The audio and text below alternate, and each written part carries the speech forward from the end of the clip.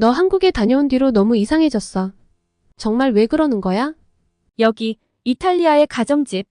한 여학생을 두고 친구들이 이해할 수 없다는 표정으로 답답해하고 있습니다.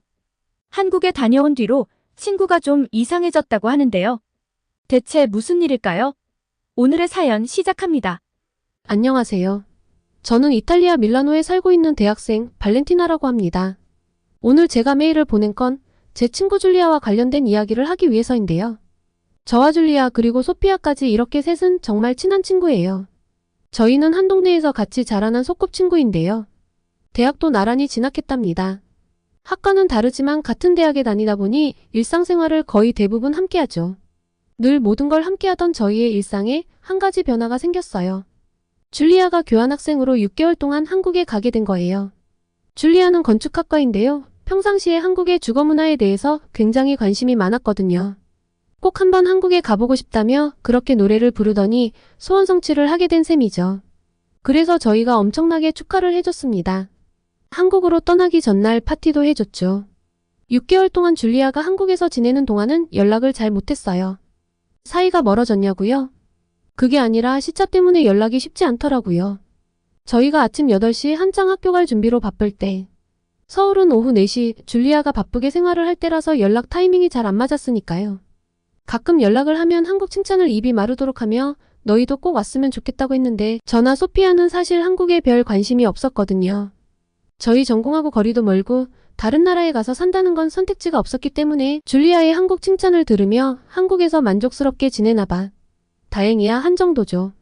문제는 줄리아가 6개월간의 교환학생 생활을 끝내고 이탈리아로 돌아와서 시작이 되었습니다. 줄리아가 원래 정말 활달하고 재미있는 친구거든요.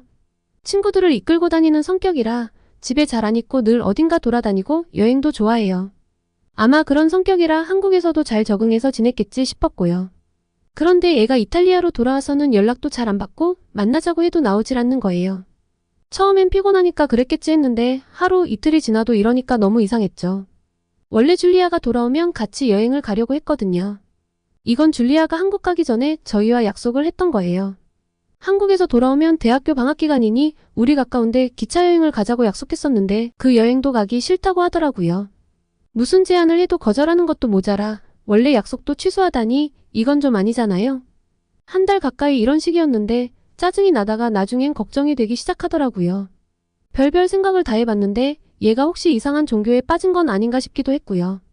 전화나 문자로는 한계가 있으니 직접 만나야겠다는 생각이 들어 저랑 소피아가 줄리아 집을 찾아갔습니다. 그런데 저희는 너무 충격을 받았어요. 줄리아 어머니 말씀으로는 집에서도 많이 무기력해 한다고 하시더라고요. 애가 너무 우울해하고 이탈리아 대학을 다니기 싫고 한국에 다시 돌아가고 싶단 이야기밖에 안 한다고요. 무슨 이야기를 해도 결론은 한국은 안 그랬는데 이탈리아는 이게 문제야. 라고만 한다나요. 밝고 긍정적이었던 아이가 갑자기 너무 부정적으로 변해서 걱정이 많이 된다고 하셨습니다. 줄리아 어머니의 심각한 얼굴을 보고 저희도 따라서 심각해졌습니다. 대체 무슨 이유인지 꼭 오늘 들어봐야겠다 라는 생각으로 조심스럽게 방으로 들어갔죠. 줄리아 대체 뭐 하는 거야? 우리가 얼마나 걱정했는지 알아? 이야기 좀 해. 한국에서 대체 무슨 일이 있었길래 한국에 다시 가고 싶단 말만 하는 거야? 줄리아 말이 아무리 생각해봐도 자기는 한국에 꼭 다시 가서 살아야겠는데 한국에서 취직할 수 있는 방법을 알아보니 너무 어려워서 우울해졌다고 하더라고요. 그냥 여행을 또 가고 싶다 수준이 아니라 문화 충격을 너무 심하게 받아서 이탈리아에서는 살기 싫다면서요. 아무리 다른 나라가 좋다고 해도 고작 6개월로 이게 무슨 소리인가 싶었어요. 그리고 이러니 저러니 해도 말도 잘 통하고 문화도 익숙한 자국이 훨씬 나은 거 아닌가요? 가까운 유럽 국가도 아니고 저 멀리 한국에 가서 살고 싶다니 이게 웬 말인가요? 그런데 이어진 줄리아의 이야기는 충격적이었습니다.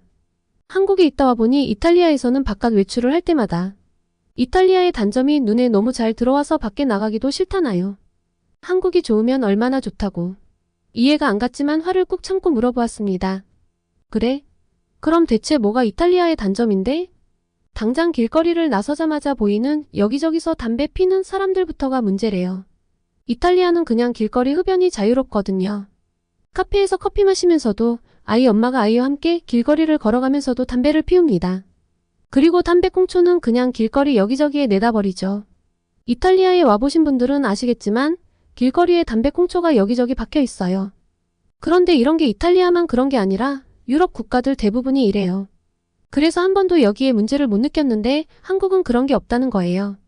흡연자들은 흡연 부스를 이용하고 아니면 골목 외곽으로 빠져서 핀다나요.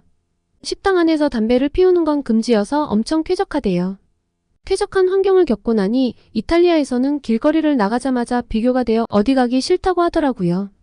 그리고 한국은 정말 안전하고 편안한 나라라고 했습니다.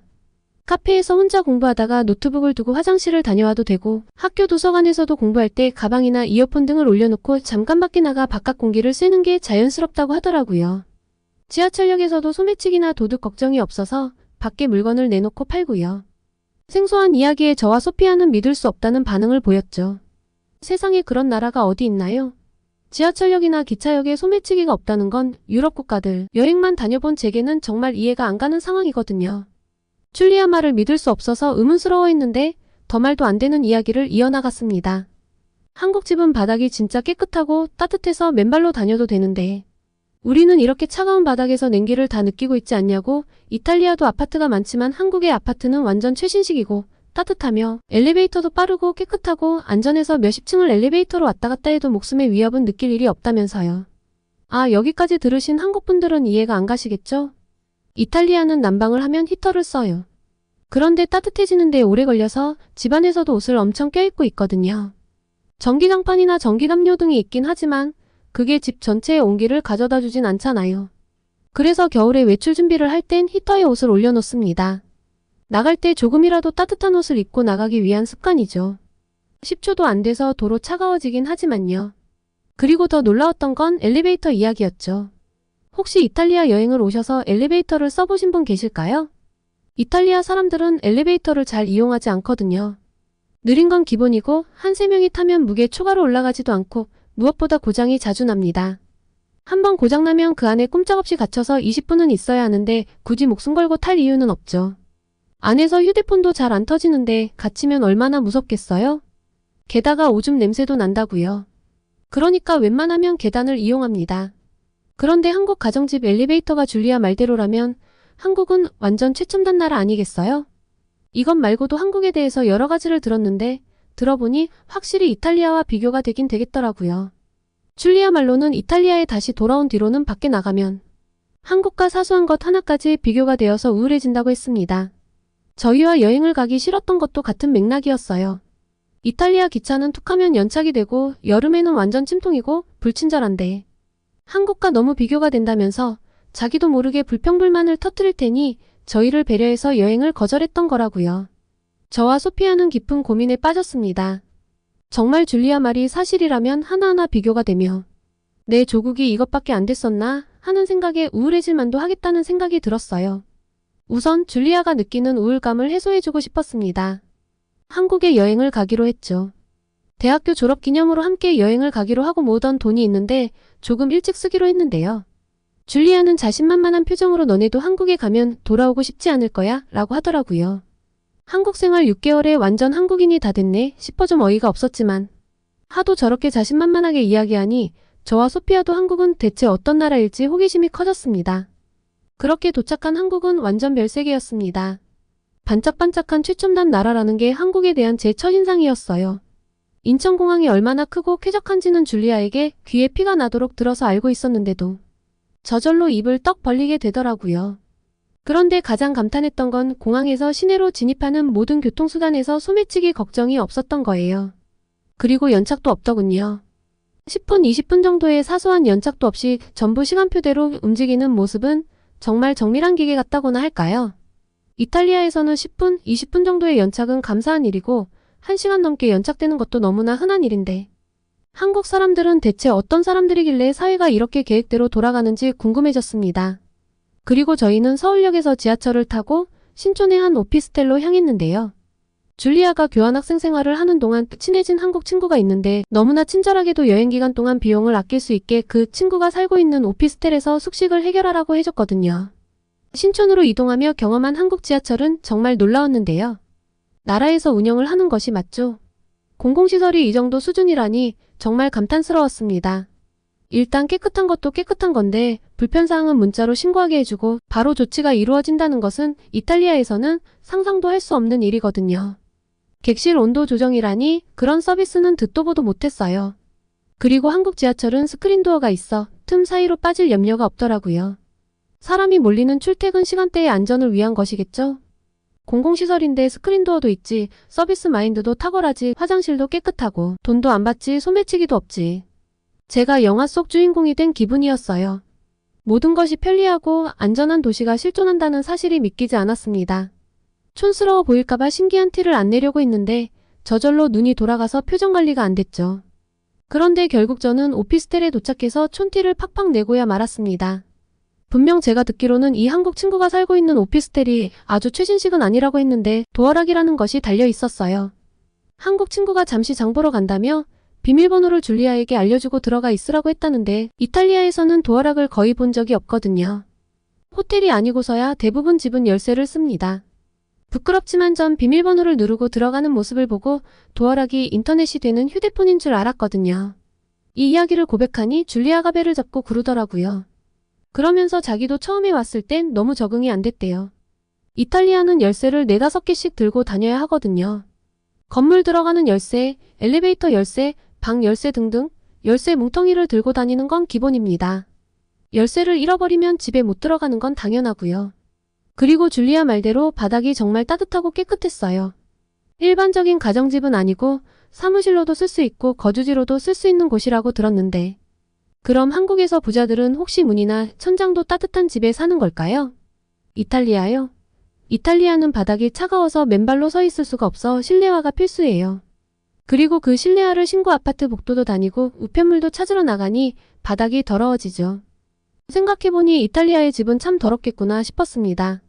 줄리아가 사사건 건 한국과 비교를 했던 이유가 있었어요.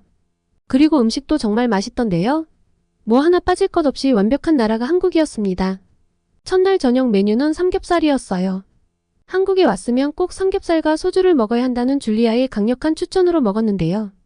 저 사실 고기를 별로 안 좋아하거든요. 누린내 때문인가 고기 요리는 영 제 취향이 아니지만 여행을 온 김에 먹어봤는데요. 아주 끝내줬어요. 채식은 한국에서는 불가능하겠다는 생각이 들었습니다. 줄리아가 한국에서는 잘 안 먹던 식재료도 다 먹게 된다고 했는데 이유를 알겠더라고요. 하지만 무엇보다 좋은 건 안전함이었어요. 말도 안 통하는 외국에 와 있는데 느껴지는 이런 편안함이 생소하면서도 좋더라고요. 저는 관광도 좋았지만 이렇게 한국에서의 소소한 순간들 하나하나가 정말 이탈리아와 비교가 많이 되고 또 한국의 장점이 크게 느껴졌는데요. 가장 인상적인 건 저녁을 먹고 산책을 할 수 있던 거예요. 그리고 밤늦은 시간이지만 돌아가는 길에 편의점에서 필요한 물건도 살 수 있었죠. 그것도 편의점이 멀리 있지도 않고 오피스텔 아래 바로 있더라고요. 다들 슬리퍼를 끌고 나와 밤늦은 시간에 필요한 걸 사가는데 아무도 감탄하지 않는 것이 저는 더 놀라웠습니다. 이탈리아에서는 밤에 밖에 나가서 산책을 한다든가 자전거를 타는 건 상상도 할 수 없거든요. 그건 너무 위험한 일이니까요. 편의점이 이렇게 가깝게 있지도 않아요. 필요한 건 미리미리 사둬야 하죠.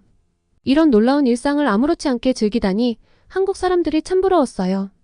그리고 저희가 한강공원도 갔었는데요. 밤늦게까지 야간 조깅을 하거나 자전거를 타고 다니는 사람들도 많더라고요. 그리고 돌아오는 길도 노래방이며 편의점이며 식당이 반짝반짝해서 즐길 것도 많고요. 한국 여행을 오기 전 찾아봤던 자료에서 잠들지 않는 나라가 한국이라고 하던데 무슨 소리인가 했거든요. 와보니까 바로 이해가 갔습니다. 제가 한강공원 사진을 찍어서 가족들에게 보내니 이 시간에 바깥이냐며 기절하시려고 하더라고요. 너무 걱정하셔서 여기가 얼마나 밝고 사람들이 많은지 동영상을 전송해드렸는데 드라마나 영화 촬영 중 아니냐며 믿질 못하시더라고요.